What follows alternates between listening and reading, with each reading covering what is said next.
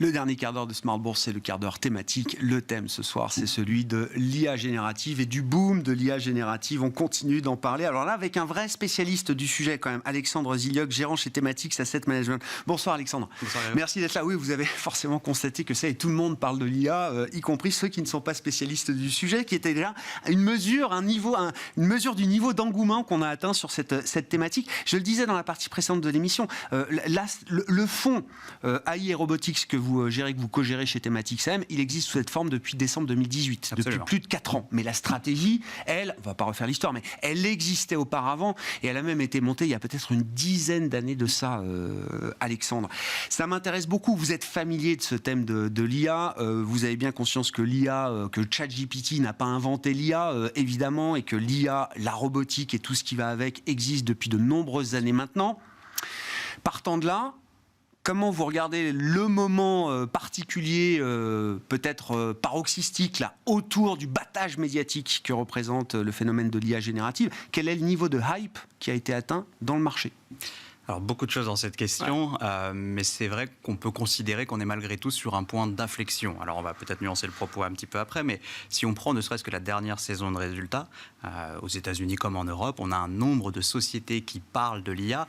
Alors, certains, ce sont des vieux pieux, ils espèrent développer quelque chose ou tourner autour du sujet, et d'autres investissent réellement. Mais en tout cas, on voit dans tous les secteurs, dans toutes les industries, on identifie finalement des gens qui vont aller investir, qui vont aller découvrir ce que ces technologies peuvent amener. Donc, c'est quelque chose qui est vraiment global. Alors après, il va falloir nuancer sur la rapidité de diffusion, d'adoption, sur la manière dont on va monétiser ces produits aussi. Il y a beaucoup de sujets qui ne sont pas encore très clairs. Quels vont être les modèles d'affaires aussi, Il y a plusieurs choses qui existent aujourd'hui dans le marché et on peut en discuter évidemment. Donc on a un effet qui est direct et qui est mesurable, qui est tangible sur les semi-conducteurs, qui est assez évident, qui sont évidemment l'infrastructure nécessaire pour alimenter ces algorithmes en fait. Mais après, sur le logiciel, on va avoir des acteurs qui peuvent être aujourd'hui identifiés comme perdants par le marché ou gagnants, mais qui, à horizon 6 mois, 1 an, 2 ans, peut-être que la trajectoire changera complètement. Donc il y a encore beaucoup d'incertitudes, mais c'est vrai qu'on voit une effervescence et des investissements réels aussi. C'est ça qui est intéressant. On pourra parler des résultats d'NVIDIA, par exemple, où ça a été quelque chose d'extrêmement impressionnant. Mais on a quelque chose de tangible qu'on peut mesurer un petit peu quand même. Commençons par là, parce que des thèmes de marché, des modes, on en a tous connu quelques-uns, sans remonter 150 ans en arrière. Il y a des thèmes qui s'épuisent assez vite, d'ailleurs, qui sont très vite déceptifs. Absolument. Là, on a l'impression qu'on est sur quelque chose de très différent. C'est un thème très tech aujourd'hui, mais on comprend bien que c'est un thème qui va bien au-delà de la tech. Mais si on se concentre sur l'immédiat, oui, c'est déjà une réalité en termes de chiffre d'affaires pour un bon nombre et d'investissement pour un bon nombre d'entreprises, Alexandre. On peut effectivement l'illustrer encore une fois par ce poster child qui est NVIDIA, où effectivement, alors les résultats du premier trimestre étaient bons, mais pas extraordinaires. Ce qui a été intéressant, c'est les perspectives pour le second trimestre, donc le trimestre en cours actuellement. Et là, ils sont sortis. Alors NVIDIA, c'est une boîte qui faisait 500-600 milliards de capitalisation au moment des résultats, et ils ont sorti donc une perspective de croissance du chiffre d'affaires, en tout cas un chiffre d'affaires qui était supérieur de 50% aux attentes du marché. On n'est pas sur une petite boîte qui est couverte par 3 analystes. C'est un niveau de surprise qui, en tout cas, à ma connaissance, n'a jamais été vu, sur mon expérience personnelle en tout cas. Et tout ça est complètement lié à l'IA. Si je lis ça même à des résultats tout frais, ceux d'Oracle hier, Oracle mentionne cette explosion de la demande d'IA. Ils ont revu leur CAPEX à la hausse. Les CAPEX même publiés de l'année dernière ont été plus haut que ce qu'attendait le marché, et c'est uniquement ou quasiment dans son intégralité lié à cette demande incrémentale qui est liée à l'IA. Donc on a effectivement, on voit où partent les dollars d'une certaine manière, où vont les investissements, et ça se concrétise déjà aujourd'hui. Ce qui peut être très différent, comme vous l'avez souligné, de thèmes, typiquement on peut citer le métaverse. Oui. NVIDIA le vendait beaucoup d'ailleurs à l'époque, en 2021. C'est pas pour autant qu'on a vu une concrétisation déjà dans les chiffres de l'entreprise de cette tendance qui peut-être s'avère rapporteuse à long terme, mais à ce stade en tout cas c'est pas le cas. NVIDIA, c'est intéressant parce que c'est vrai que ça a été les rois de la carte graphique, ils ont surfé sur tous les thèmes tech parce que bon, ils sont au cœur de tout, la puissance de calcul, etc. On a SML, on a des boîtes comme ça critiques, quelle que soit la révolution tech, ils seront là à un moment ou à un autre. C'est qui les clients de NVIDIA là qui font que le chiffre d'affaires va être 50% supérieur aux estimations au deuxième trimestre? C'est des nouveaux clients, c'est des clients solides qui donnent des indications aussi sur le niveau d'investissement qu'on va avoir sur cette thématique. Oui, alors pour Quand on exclut, parce que Nvidia a une activité qui est liée au gaming notamment, voilà. aux jeux vidéo, donc si on exclut ça et qu'on regarde vraiment la partie data center, qui représente 50-55% du chiffre d'affaires, on a grosso modo 50% qui vont être du chiffre d'affaires de cette division qui est réalisé auprès de fournisseurs cloud, ou ce qu'ils appellent Consumer Internet Services, donc des CSI, des Cloud Service Providers, Donc on va avoir des gens comme Oracle, on va avoir des gens comme Amazon Web Services, comme Microsoft Azure, même Google qui a ses propres puces, achète des puces Nvidia. Et puis après, on va avoir les grosses entreprises Internet, des gens comme Meta, donc Facebook, des gens comme Oracle aussi, sur la partie cloud aussi, cloud hosting. Donc ce sont les principaux clients d'Nvidia sur cette partie-là. De manière assez anecdotique aussi, on va avoir, mais ce n'est pas le gros du chiffre d'affaires, des laboratoires de recherche typiquement, des gens qui ont des super ordinateurs et qui créent de nouveaux modèles, etc., qui vont à la marge contribuer au chiffre d'affaires d'Nvidia. Mais ce que je veux dire, c'est que c'est des clients qui ont une vision quand même de ce que l'IA va apporter à terme. Et sans doute que cette vision, elle était développée avant même l'arrivée de l'IA générative de ChatGPT. Les commandes qui passent à Nvidia, c'est parce qu'ils ont bien en tête ce qui va se passer derrière. Absolument, et on peut même élargir ça avec leur plan, j'allais dire, technologique interne. Ces gens-là se mettent à développer leurs propres puces. Elles viennent ou pas en concurrence avec Nvidia, c'est pas le sujet, mais ça veut bien dire qu'ils ont une trajectoire à long terme qui est assez identifiée en interne. Pour vous donner un exemple, il faut entre 2 et 3 ans pour développer une puce. Donc c'est pas des investissements de court terme. Donc effectivement, ils estiment, et on est évidemment convaincus que la tendance est porteuse à long terme, effectivement. En tant que spécialiste, encore une fois, et avec l'expérience et le track que vous avez sur ce thème de l'IA, Alexandre, est-ce que la partie du thème semi-conducteur, hard tech, est-ce que c'est déjà trop tard ? En tout cas, sur des horizons d'investissement de fin d'année, est-ce que c'est déjà trop tard ou est-ce que c'est encore un moment pour y être ? Alors, c'est difficile de faire une réponse générale parce qu'on va avoir des acteurs qui vont en bénéficier plus que d'autres. Si on essaie de faire dans les grandes masses, on peut voir aujourd'hui que le SOX, l'indice des semi-conducteurs, est en hausse de 45% depuis le début de l'année.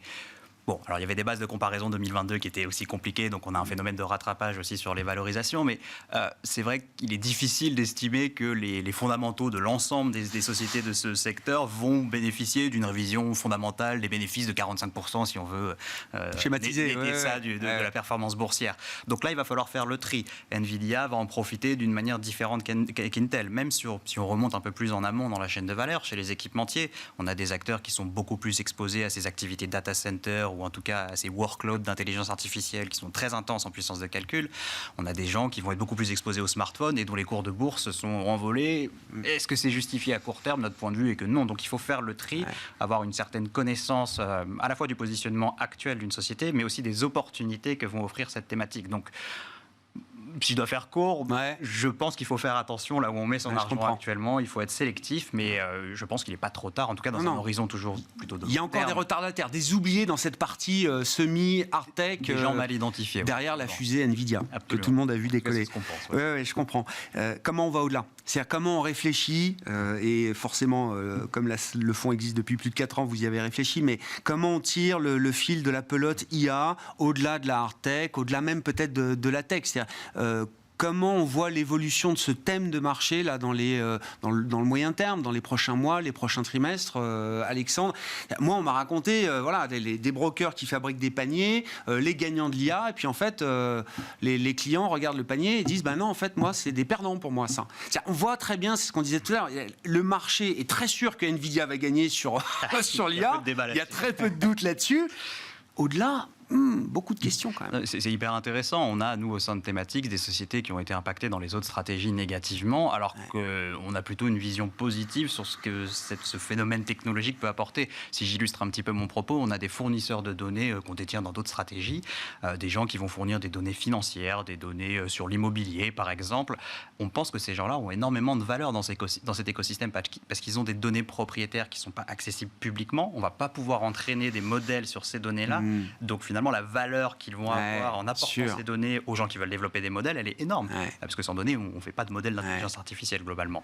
Ça donne l'idée un peu du business model qu'on va pouvoir trouver derrière ces IA, puisqu'il y en aura plusieurs, qu'on aura des IA sur mesure, des IA plus ou moins ouvertes. Exactement. Et ça, c'est très compliqué aussi en termes de modèle d'affaires. Si on regarde aujourd'hui ce qu'il existe un petit peu dans le marché, chez des acteurs privés ou principalement privés, si on prend le cas d'OpenAI, ces gens-là ont commencé avec une architecture plutôt open source, c'est-à-dire qu'on pouvait aller chercher leurs modèles gratuitement, les utiliser utiliser et les bidouiller, entre guillemets, vous me passez l'expression.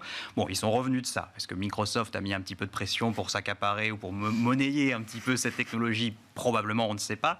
Mais si on regarde d'autres acteurs, si on prend Meta, encore une fois, eux ont fait le choix sur leur dernier Large Language Model qui s'appelle Llama, ils ont fait le choix de le donner en accès libre, en open source. Si on regarde d'autres acteurs, des gens comme Hugging Face, qui est une société privée cofondée par des Français d'ailleurs, ces gens-là ont différents modèles de pricing. Ils vont avoir d'ailleurs une partie en open source, donc gratuitement vous pouvez accéder à certains de leurs modèles et bon, vous avez des limitations en termes de capacité technique de ce que vous pouvez faire et de customisation aussi. Et vous allez avoir ensuite un modèle qui va être plutôt à l'heure. Ensuite, un autre modèle qui va être la consommation, grosso modo, de puissance de calcul que vous avez en fonction du nombre de requêtes, de la complexité, etc. de votre workload. Et vous allez avoir aussi un modèle d'abonnement. Donc même en termes de pricing, de modèle d'affaires, c'est pas encore certain vers quelle direction on va s'orienter. Bon, je ne donnerai pas de prévision là-dessus parce que c'est très difficile de le savoir. Et encore une fois, au sein de l'industrie même, il y a des débats sur la manière dont ça doit être fait. Intuitivement, je dirais qu'un modèle basé sur la consommation me paraît plus logique vu l'intensité de calcul qu'on a aujourd'hui autour de ces modèles. Mais la vérité sera peut-être ailleurs dans quelques années. Pour conclure, Alexandre, je ne l'ai pas dit, mais j'ai repris depuis la création, donc il y a un peu plus de 4 ans, décembre 2018, la valeur du fonds, de la part, a plus que doublé. Alors j'ai regardé, ouais. On a une performance annualisée depuis la création qui est de 18%. Oui, c'est donc, ça. Oui, ça doit tomber. Est-ce que le fonds est plus cher que d'habitude, là, en termes de valo? C'est assez intéressant. Il est, je dirais 5-10% en termes de multiples, si on prend une valeur d'entreprise sur l'EBITDA ou sur un price to earnings. 5% au-dessus de la moyenne qu'on a depuis la création du fonds. Donc c'est pas finalement énorme, alors que la performance elle est de plus de 25% depuis le début de l'année. Donc on pourrait dire que ça s'est fait uniquement par une revalorisation du prix. Non, on a aussi la révision fondamentale qui accompagne ce phénomène. Et quand on se compare au marché, c'est intéressant de voir la prime relative finalement. En fait, on est sur la moyenne aussi. Donc on est dans un moment qui est assez intéressant pour nous, en termes de valorisation. Merci beaucoup Alexandre. Merci de nous avoir éclairé spécifiquement sur ce thème de l'IA générative, alors qui devient un thème générique aujourd'hui, mais il reste quand même des spécialistes de cette thématique depuis de nombreuses années chez Thematics Asset Management, notamment Alexandre Ziliox qui est avec nous, l'invité du quart d'heure thématique de Smart Bourse ce soir. Voilà pour cette édition, on se retrouve demain 12h30 en direct sur Bismart.